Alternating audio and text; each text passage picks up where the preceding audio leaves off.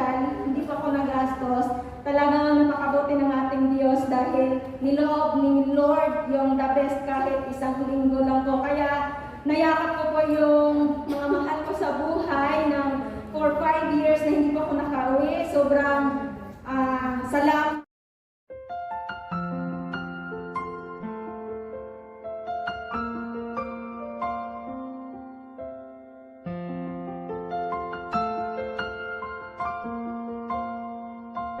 Ambulansya. Sabi ko kasi ano na siya yung natumba na siya, hindi na siya makabangon. Sabi ko tumawag ng ambulansya kasi serious na to. Pinatok ko yung amo niya, hindi talaga magising. Siguro 30 minutes na hindi magising yung amo niya. Ang tagal-tagal ko ginigising. Sumisigaw na ako. Parating na yung ambulansya, yung amo niya tulog pa. Tapos nung nagising yung amo, yun, dumating na rin yung ambulansya. Kaya praise God, nadala siya sa hospital sa North Lanta Hospital. Pero pumutok pala yung ugat sa ulo niya. Kaya naparalyze yung kalahating katawan niya. Dinala siya sa Princess Margaret kasi hindi kaya sa Atlanta Hospital.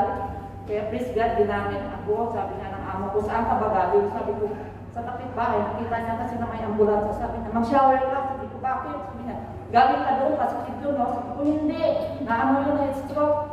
Kaya sabi ng amo ko, buti, you saved her life. Kasi kung sabi ng doktor, kung hindi pa yun nagaling ng ambulansya, siguro magising yung amo niya kung hindi ako nakadaan, dilat na yung makatulog niya.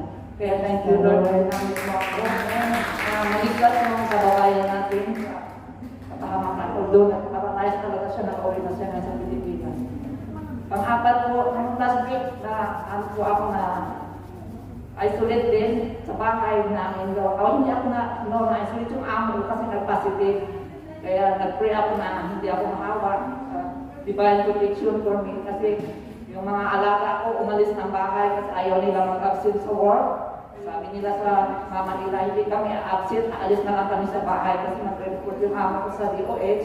Sabi ko, kung mag-report ka, huwag nakalabas sa atin dito. Sabi niya, kailangan kasi hindi ako makapasok ng mga ng restaurant kung hindi ako mag-report. Kaya salamat sa Diyos na iningatan ni Lord. Kaya amo ko lang na-isolate although kami na quarantine kami sa bahay ng 2 linggo.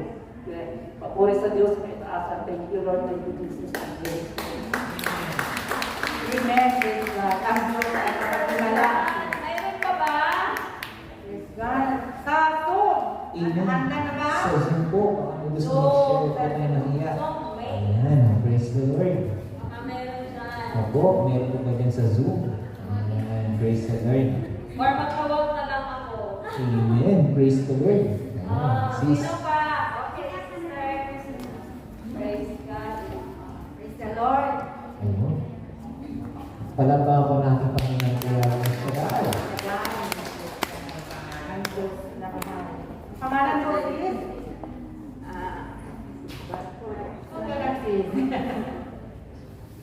ako si Sister Gisinda Isuna.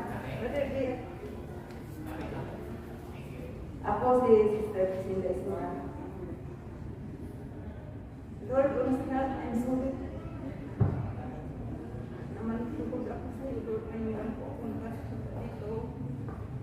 Kasawa ko, Lord. Pero nandito ako, nagpapasalamat sa iyo dahil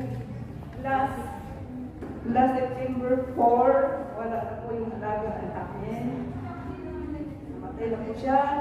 Tapos sabi ko, baka i-release nila ako. Kasi isa na lang po yung amo namin. Babae, tapos may ako kasama ngayon. Dumating yung mga anak. Tapos sabi, hindi nila ako i-release. Nire-renew nila ako. Amen. Lord! Amen. Lord, salamat sa iyo kaya ito lang po yung masasabi ko. Hindi ako nangako, pero hindi ako mangyayari kahit nung pinakalog mo sa akin. Babalik ko sa akin ng buong buo, nakatapos lang po. Salamat Lord. Nagdadalangin ko lang Lord na inakot ko yung mahal ko sa buhay. Sarili ko. Lahat ng mga kapatigan ko, yun lang po Lord ang aking babalik tayo. Maraming salamat sa Lord. Salamat sa dakilang pangalan. Thank you Lord in Jesus' name. God is good. Yan ang dapat din tayong matakot. Kung ano man yung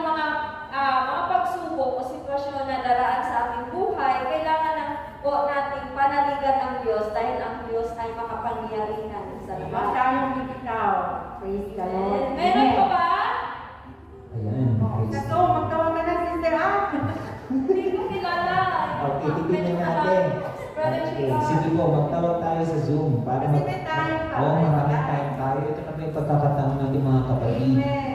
Mukha yatang nararamdaman ko sa ngiti Oh, Sister Dersha. Nakatawa na sana ako eh. Kaya sige, Sister Dersha. Good evening po sa ating lahat. Amas po kaya. Kaya hindi namin marinig. Pinapalang hapon po sa ating lahat. Ibinabalik ko lang kay Yahweh Shaddai. Yung last month po, nakapasyon po ako sa maraming salamat din Lord na nakasama ko din sa ating Mama Lord sa birthday na 87 years nga. Ilang years din kaya hindi ko nakasama sa kanya sa kanyang birthday.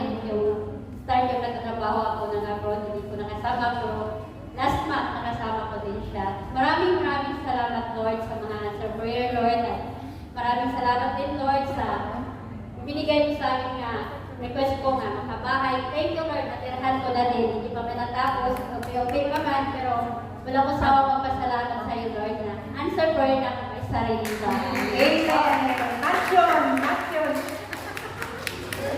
Praise God. Ayan. So, tingnan natin po sa Zoom baka may mga gusto mag-share po. Ayan. Ayan. Kasi last week wala po tayong mga share. Kaya ngayon, ibigay nyo na yung mga Ibuhos share. na natin sa mga oras na ito. Baka gusto mo, Sister Annalyn. Ayan o. Ayan po yan ang konting bahagi natin sa Panginoon. Sige. Ayan. Bigyan natin sa ating kapatid. Ayan. Nagulat din siya. Sige, kay Sister Annalyn. Palapakan po natin ang Panginoon. Kaya siya. Ayan, kapatid. Ayan. Praise the Lord. Glory to God. Glory to God. Ayan. So, Always pinagmahalin ko sa ating mga kapatid. Kaya meron siya dahil, ayan, ipagpupuri ko lang ipagpapasalamat ang arawan ng aking kaibigan, si Maria Teresa Sabado. Nandiyan siya ngayon sa akin, pero nahihiya siya magpuri. Pero, ito na, magpupuri para sa kanya. Salamat sa Lord kasi, binigay ko sa akin, hindi sa akin ang Lord, ang kaibigan ko na yan, na tumamay sa lahat. Alam na, iyak ako. Ayaw na kasi magpuri, pinipiyan ko. Nagpapasalamat ako sa Lord kasi isa siya sa naging instrumento para mag-comfort sa isang weary soul mga nakarang buwan. Kaya ayun, hangad ko ang kanyang magandang kalusugan at saka kaligayahan sa buhay. At saka yung aking mga employer. Ang mabigat yung week ko ngayon kasi hindi na ako nakapagsimba ng linggo kasi gawa nga ng may trampaso ako. Ang mabigat yung week na yun, ang daming pagsubok. Pero dahil nasa pag-let go, let God natin, hindi naman kaya naman sa patuloy ng limas. At see you tomorrow sa buwan. Naman po, pinagpala. Lakas ng energy. Praise the Lord. Ayan. Sister Amalia. Salamat po, Sister Annalyn. Ayan. Sino pa po? Meron pa ba? Ayan. Meron pa mga pinapapala dyan? O isigaw natin kay Lord. Praise God. Ayan. Sa Zoom. Sige po. Let's go. Lumakan po kayo. Ay, Sister. Ayan. May bisita tayo. Praise God. Ano pa ba mo Sister Dolly. Praise the Lord. Ayan. Ibinabalik ko sa aking mga pagkakulit kasi sinasa ng Diyos dahil po ay dumating na po ang visa ko. Pero hindi ko salamat sa Diyos, pero yung pang iba excited, ako pang ayaw. Kasi ang sarap pumira sa flat. Yung pang isa na iiwan. Kaya ganyan talaga ang buhay natin. Hindi tayo pwedeng hindi tayo trabaho. Kaya maraming salamat sa Panginoon, sabihan, kalakasan sa buhay. Maraming salamat. the Lord. Thank you sa mga pagpapala, mga answered prayer. Sino pa po? May isa pa. Sister Ben. Ayan. Praise the Lord. Glory to God. God is good. Pangalan mo? All the time. And all the time. God is good. Ibalik ko lang ang pinakamataas na papurit pasasalamat sa ating Diyos dahil yung mga dati, ang tagal ko pong hindi nakauwi, pero yung may mga umuwi, lagi pa akong nagsasabi na sana all. Pero yung pagsabi ko natin sana all, hindi po laging, depende po sa sitwasyon. Kaya pinapasalamatan ko dahil hindi man ako pinayagan nung this year na lagi pa akong nagpapaalam, wala akong kasama si Lola. Kaya talagang niloob ng Diyos, talaga na may magbantay ni Lola. Salamat sa aming ka-sister na yan, ikaw na yon. Alam mo kung sino ka, sobra akong nagpapasalamat sa iyo dahil binigyan mo pa ako ng pagkakataon na makauwi kahit isang linggo lang. Kaya binigay ko po yung, hallelujah, lahat po ng mga biyaya na financial, hindi pa ako nagastos. Talagang napakabuti ng ating Diyos dahil niloob ni Lord yung the best kahit isang linggo lang po. Kaya nayakap ko po yung mga mahal ko sa buhay ng for 5 years na hindi pa ako nakauwi. Sobrang salamat dahil nung umalis ako, ganyan pa sila kalaki. Bumalik ako nandyan na ganyan sila kataas. Kaya salamat sa ating Diyos sa pag-iingat ng mga mahal natin sa buhay at sa aking amo at sa lahat ng tumutulong sa mga panalangin sa 12 noon at sa mga kasamahan kong ka-prayer partners. To God be the glory! In Jesus' name, thank you, Lord.